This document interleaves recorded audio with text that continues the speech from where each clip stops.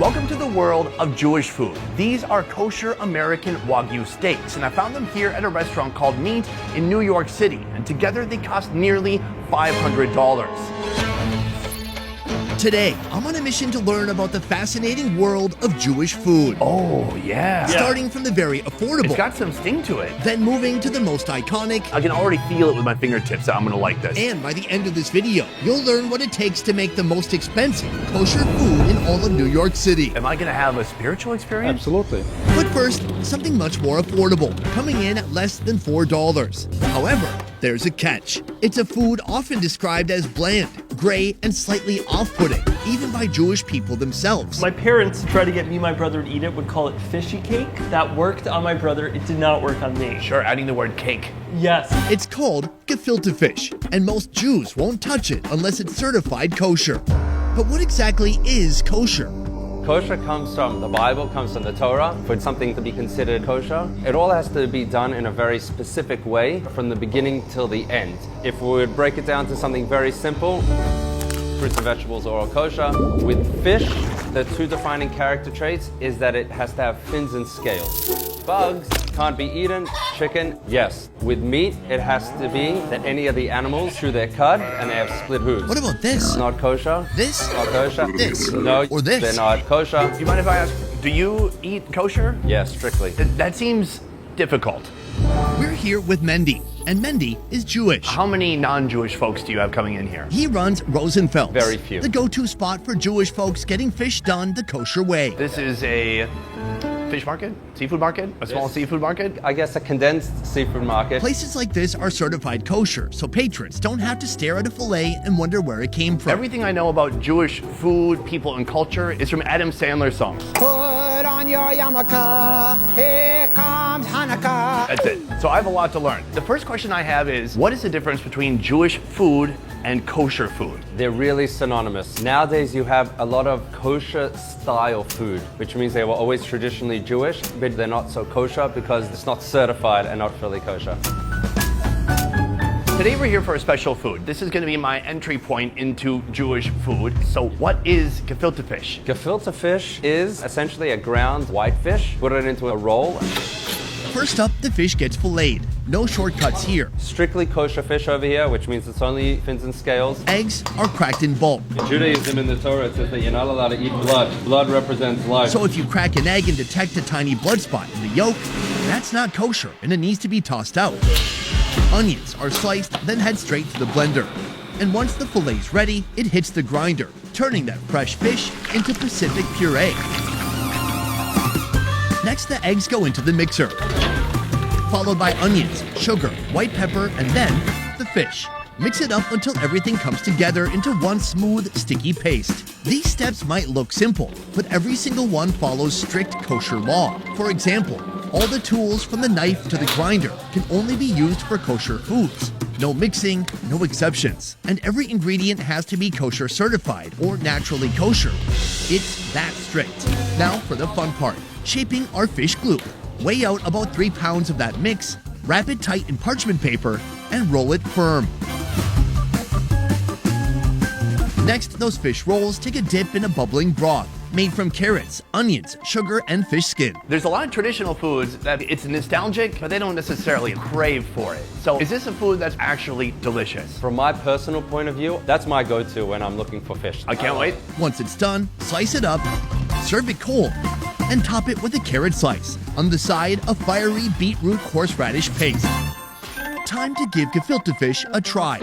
Food like this brings people together, but outside occasions like these, most of us don't really have anyone to open up to. Talking to someone sounds simple, but finding the right person is the hard part, and that's where BetterHelp can make a difference. BetterHelp is an online platform that makes it easy to get started with professional support from credentialed therapists. Listen, I've been to some of the most extreme places on earth. I've eaten wild foods, met all kinds of people, and pushed my limits a lot. But no matter how far I go, some patterns still follow me. For me, it's control. When life gets too stressful, my instinct is to take it all on by myself, and it's been that way since I can remember. I grew up in Minnesota, in a small community where people didn't really talk about what they were feeling. You worked hard, kept your head down, and figured things out on your own. Asking for help wasn't strength, it was weakness. But that kind of thinking only gets you so far before it starts eating away at you. So I started therapy, and BetterHelp made it simple enough that I actually stuck with it. It's completely online, which means I can message, chat, or video call from anywhere. It just fits into my life no matter how busy things get. You start by filling out a short questionnaire about what you're dealing with and the kind of therapist you feel most comfortable with, and then you're matched as soon as possible. If it's not the right fit, you can switch therapists anytime at no extra cost. With more than 7,000 reviews and a 4.3 rating on Trustpilot, it's a service you can really trust. So if there's a pattern in your life that's holding you back, maybe it's time to talk to someone who can help you see it differently. Real strength is about being brave enough to ask for help when you need it. Visit betterhelp.com/besteverfood or click the link in the description for 10% off your first month. Now,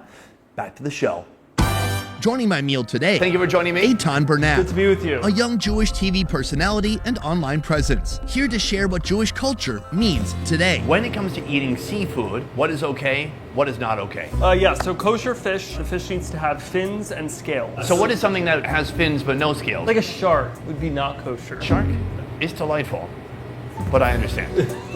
What else? No octopus, no shellfish. No snails? Definitely no snails. Really? Yes. And I don't say this to be disrespectful, but perhaps a long time ago, someone ate shellfish and they got vibriosis and passed away, and then someone was like, we shouldn't do that again. No, so most of the rules of keeping kosher, it is not meant to be based in something that we understand or necessarily even logic. It's just meant to be, passed down from God specifically. So not everything has a rhyme or reason. Okay. When is the last time you ate this? It's got to be at least a year or two. It's a classic start on Shabbat. Shabbat dinner is a traditional Jewish meal observed on Friday night to welcome the Sabbath, a day of rest beginning at sundown Friday and ending Saturday evening. So you haven't had this for at least 100 Shabbats. At least. Growing up as a Jewish child, it's a kind of a dreaded part of the meal, and then you eventually come to love it. Dreaded.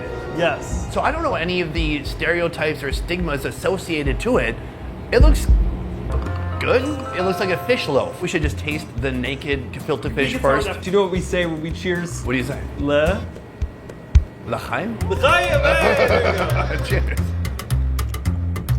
Those are very good quality. It's great. You can definitely feel the loafy texture of it, but it's very soft. When you eat it, it has a ton of delicious seasonings. On the back end, there's a little bit of fishiness in a good way, but it's not overwhelmingly Not at fishy. all. And beyond that, there's an interesting amount of sweetness inside, like a dessert fish. Yes, we have found today some very good gefilte fish. There's some scary gefilte fish out there. Well, they sell it in a jar. I would not wish it on my worst enemy. Okay. This is the horseradish. It's beetroot juice, so it's dyed everything this beautiful kind of dark scarlet. Also, when you go to the bathroom later, you need to remind yourself you don't have colon cancer. Yes. You just ate beets, that's all. This is also very sweet. I'm a big beet fan, so it's nice to see it paired with the horseradish. It's got some kick. Clears the nose a little bit. Ooh, it's like taking a hit of wasabi. I felt my brain melting yeah. a little bit. I've never seen this combination before. It's so good. I love it. Later today, I have a lot more Jewish food I'm going to be trying. And along the way, I want to try to learn more about the Jewish community. And so I have a question that I think a lot of people wonder. What is it that makes somebody to be considered Jewish? Judaism is an ethno-religion, so it is both a religion and an ethnicity, and there's many kinds of Jews. The Jewish story stretches back thousands of years to ancient Israel, where Judaism began, one of the world's oldest monotheistic faiths. Religiously, according to Orthodox Judaism, someone whose mother is Jewish, whether or not you practice the religion. Oh, wow. And at the same time, people can convert to Judaism. If someone who's from China who grew up an atheist converts to Judaism, they are just as Jewish as I am. After centuries of migration, Jewish communities spread across Europe, North Africa, and the Middle East. Today, about 7.5 million Jewish people live in the United States. The Jewish population in New York, and especially in the tri-state area, is the second largest Jewish population in the world and has absolutely affected New York food and culture. You can see their heritage everywhere. Schools, markets, bakeries, and countless kosher restaurants keeping centuries of tradition on the plate. Today, the mission of this video is to see if I spend more money on Jewish food, will that equal better Jewish food? This gefilte fish costs $2.75, but by the end of this video, I'm going to be eating a steak that costs over $100. But before we get there, something golden, chewy, and fresh from the oven. Dan, put her there. Nice to meet you, man. I would wager to guess that many Americans don't even know the origin story of the bagel. Bagels originate in Eastern Europe. It's one of the most popular parts of Jewish cuisine in Krakow and Poland. Brought over by immigrants and baked into one of the most iconic foods in the USA today. Here at Shelsky's, it's made the old-fashioned way. So when they came here to North America, the big thing that changed is the bagels have been constantly growing in size for the last 75 years or so, Just like Americans. just like Americans. So we wanted to recreate what bagels were in the past. First comes the dough, water, then brown sugar, yeast, malt powder, and a whole lot of flour. All mixed together until it turns sticky, smooth, and ready to rise. What makes bagels unique is that they're firm crust on the outside and they're chewy texture on the inside. The massive amount of dough is handled with care. Then divided and rolled, each piece shaped by hand, one by one, into perfect little rings. Each ring takes a warm bath before hitting the oven. I think most people assume that they're just rolled like this and then baked off. But for a bagel, traditionally then boiled first and then baked, which creates that really intense chew and the texture we're looking for, and creates this maximum surface area that really gets the bagel to where you want it to be.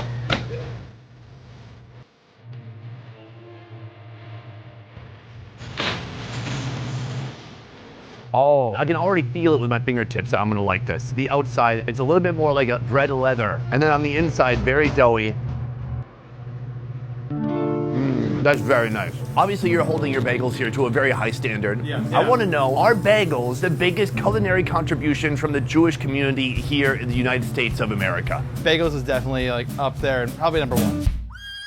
So when they came here to North America in the late 19th century, early 20th century, they were popular within the Jewish communities. But then after World War II, bagel rolling machines were invented. So to produce more of them and freeze them and send them out to grocery stores nationwide. The bagel is just a vessel. The soul is what's on the inside. There are plenty of options, but if you're keeping it kosher, a timeless classic is a bagel and lox. What are lox? Lox is both a generic term for salmon. The bagel gets sliced open. A thick smear of cream cheese goes on each half. Fish and dairy has always been partners in Jewish cuisine for thousands of years. Because of Jewish dietary law, you couldn't consume meat and dairy products together. Oh, Then comes the silky lox. Traditionally, lox would be salmon that is salted and brined. Over time, we still use the word lox to describe all the smoked salmon. Top it with capers, onions, and a few fresh tomato slices. Cut it, plate it, and it's ready to eat.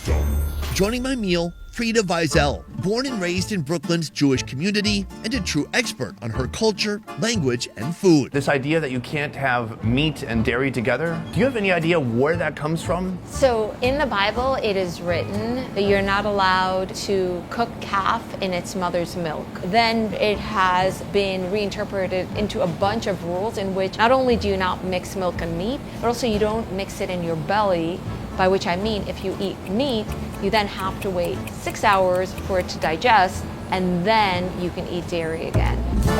So to be clear, with this rule, somebody eating kosher cannot eat a cheeseburger. Exactly. But they can't even have a burger with chocolate milk. No, exactly. Perhaps these limitations were kind of a function to help bring to life foods that never would have been. And so maybe what we're looking at right now wouldn't exist without these rules. Should we give it a shot? Yes, let's do it. First of all, this is huge. I already tried the plain bagel in the back. Delicious. Here we have a thick layer of cream cheese. We have the lox and capers. Let's give it a shot. Chaim.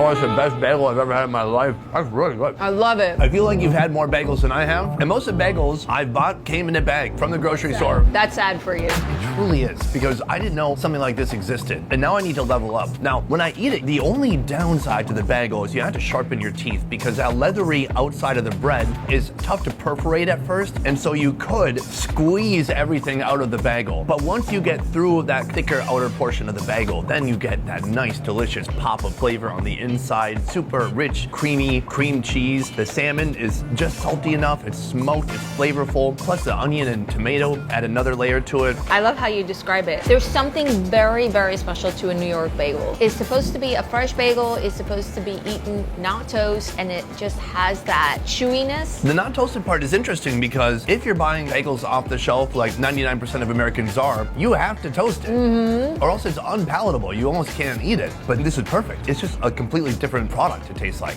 I want to talk a little bit more about you and your background. You are a tour guide. Yes. I give tours of the Hasidic neighborhood, which is this neighborhood where Hasidic Jews live in Williamsburg, Brooklyn. I think that's really important because the group you're talking about, it's a very insular community in a city of like 10 million people. So everyone knows they're there, and I'm sure a lot of people have questions. So when you do tours, what is something that surprises people most about the Hasidic Jew community? Probably the kosher phones. That almost everyone's walking around with like a flip phone that is kosher. Kosher phones? Yes. When it comes to the Jewish community, not everyone practices Judaism the same way. On one end of the spectrum, you've got the Hasidic Jews, an ultra-Orthodox group known for their deep devotion, strict traditions, and tight-knit way of life. So I grew up Hasidic. One of the things that is like a main feature in that community is large families.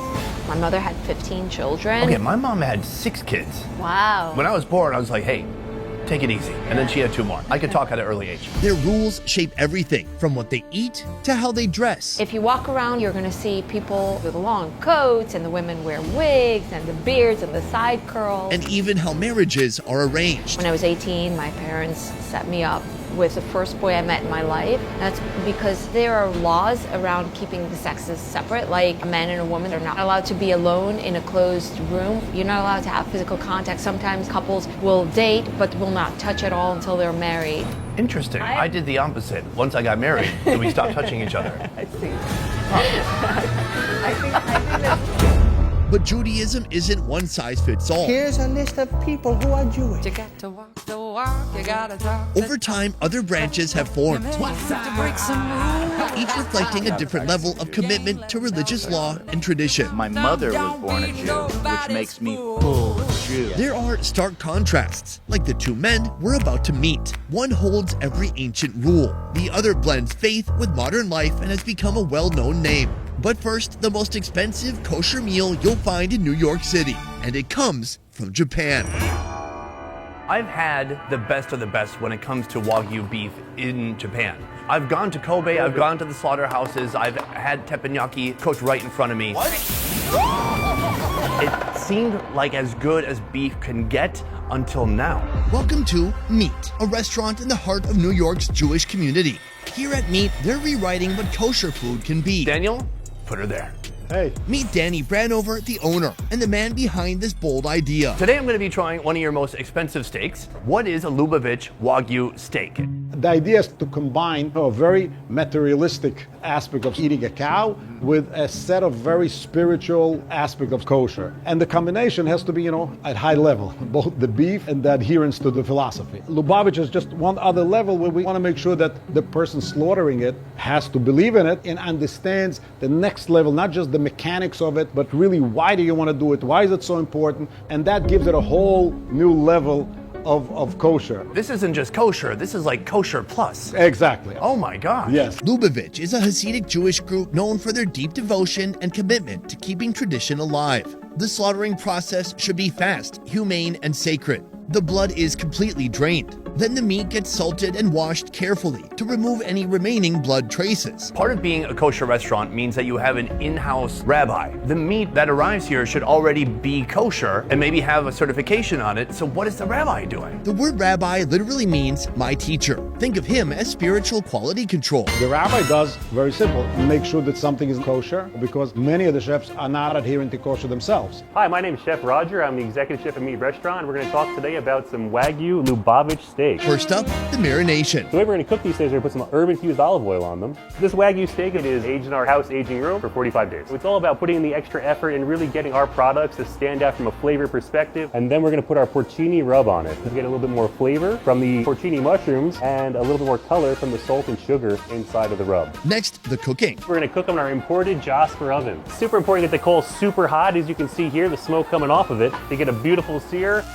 It'll be in this oven for about 15 to 20 minutes to get the best flavor out of our Wagyu ribeye. Being not Jewish myself, some of the differences between a regular New York City steakhouse and like a real high-end kosher steakhouse, the kosher meats, you can't use anything behind the 13th rib on the cow, so the back half of the cow can't really be used for us here in the restaurant. That means that they can't have New York strip, they can't have porterhouse, they can't have filet mignon, nothing with the top rounds or the rear shank. All right, guys, you guys want to give them a flip? Eating kosher food anywhere. You could elevate your spiritual level, but here you're eating very high quality kosher food. In order for you to feel it, you have to believe in it. Sometimes your perception creates the reality.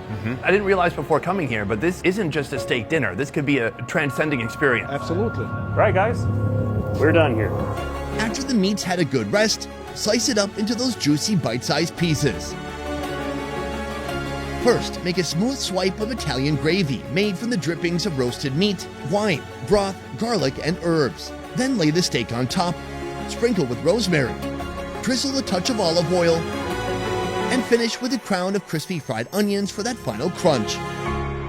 I didn't know whether or not Jewish people could drink. Rabbi, yes or no? We definitely can drink. To that I say, l'chaim. Before we drink, we make a little blessing. Please. Baruch atah. Joining me for this meal, Rabbi Meir Friedman, a 26-year-old Lubavitcher whose mission is to introduce the Jewish community to curious outsiders. Sitting next to him, Eitan Levine, a Jewish comedian based right here in New York. Today, I have an exciting mission, which is to see if spending more money on Jewish food equals better Jewish food. It was my first time eating gefilte fish. Well, I've had bagels before, but these bagels were really good bagels. And then now we have this right here. We're gonna get to this in a moment. This is a steak, but it's not just a steak. Is this a child? What is that?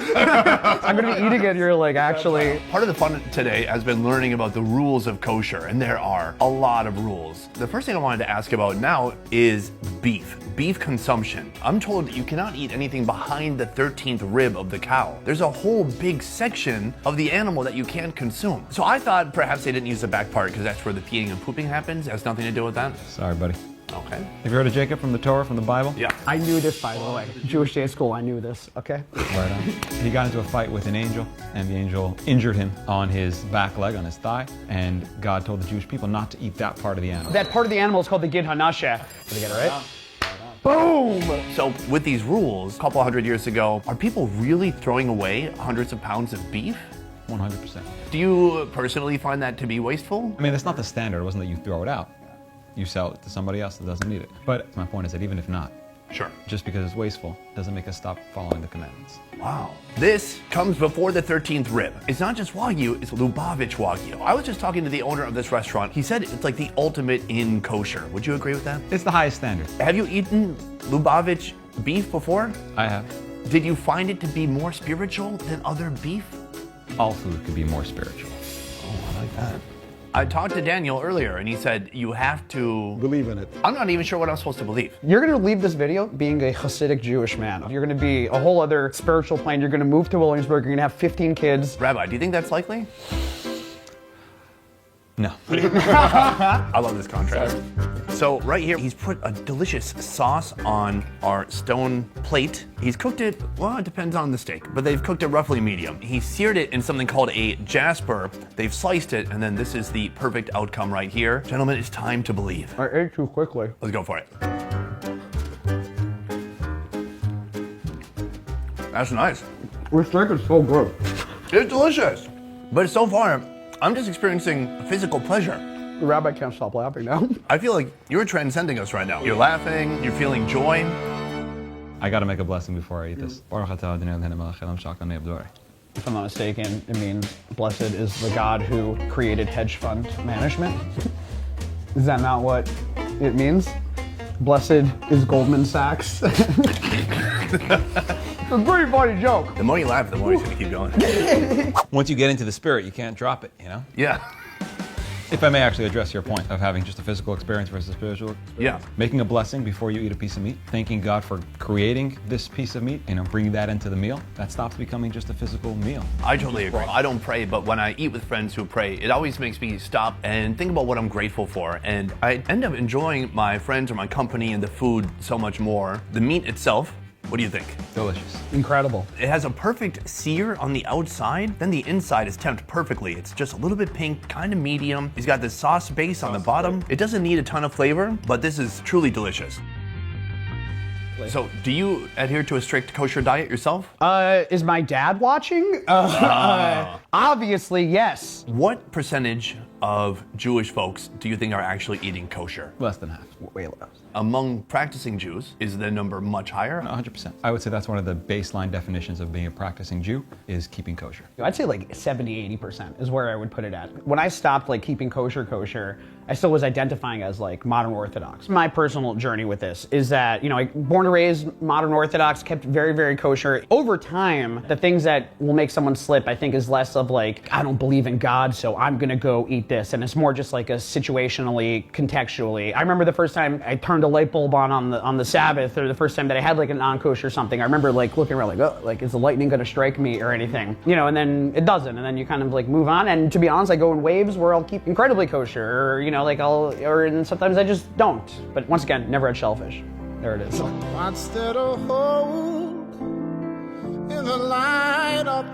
One thing I've noticed in particular is that among the Jewish community, I can't believe the kind of wide range of culture and personality that exists. So on one end, you have very conservative, traditional, Orthodox Jews who don't want to appear on camera, and they think that just being on social media, period, could just lead to bad things, and they want to stay away from it. Okay, then we have the other side of the spectrum. Someone like you, who's a comedian, who's on stage, who wants that attention. How do you explain this insane range within the same community of people? Because again, being Jewish is not what you do, it's who you are. You're born with it. You want to follow the laws, you want to follow some of them, you don't want to follow all of them. That doesn't make you less Jewish. That identity goes with you, you can't shake it. I had an interesting experience a couple of years ago. I went to Birmingham, Alabama to help with some like tornado disaster relief cleanup. First time I'd ever like realized that like in a place like Birmingham, there's just not that many Jews out there. And Jews believe that we have to have 10 people there in order to pray. So the Chabad rabbi and the modern Orthodox rabbi and the conservative rabbi, no matter what they specific minutia they believe in the religion, all have to daven together. They all have to pray together. So when your question of like, there's such a range, but at the end of the day, there is a commonality here that we can all go back to. Like there's a roots that we can all kind of like address, and it helps the community. It's a time when you, as a Jewish people, to figure out what that means to be Jewish. What is our responsibility as Jewish people? And in the face of some crazy bad stuff that are going on, our response to that has to be crazy good. To take our Judaism to the next level. Today I ate Jewish food at 3 different levels. Very affordable, very mid-price, and very expensive. But I can only choose one that gave me the most bang for my buck. That steak, although delicious, it didn't give me the spiritual experience I was hoping for, even though I tried my best to believe. That said, if I had to choose one, it would be location 2. The Bagel and Lox. Even though I enjoyed all the food today, even the gefilte fish, you just can't go wrong with a classic bagel. Also, this is my first time having a bagel the way it's meant to be made and the way it's meant to be eaten. But that's just my opinion. Guys, let me know downstairs in the comments down below which of these foods from today you wish you could try. Otherwise, thank you so much for watching. I will see you next time. Peace.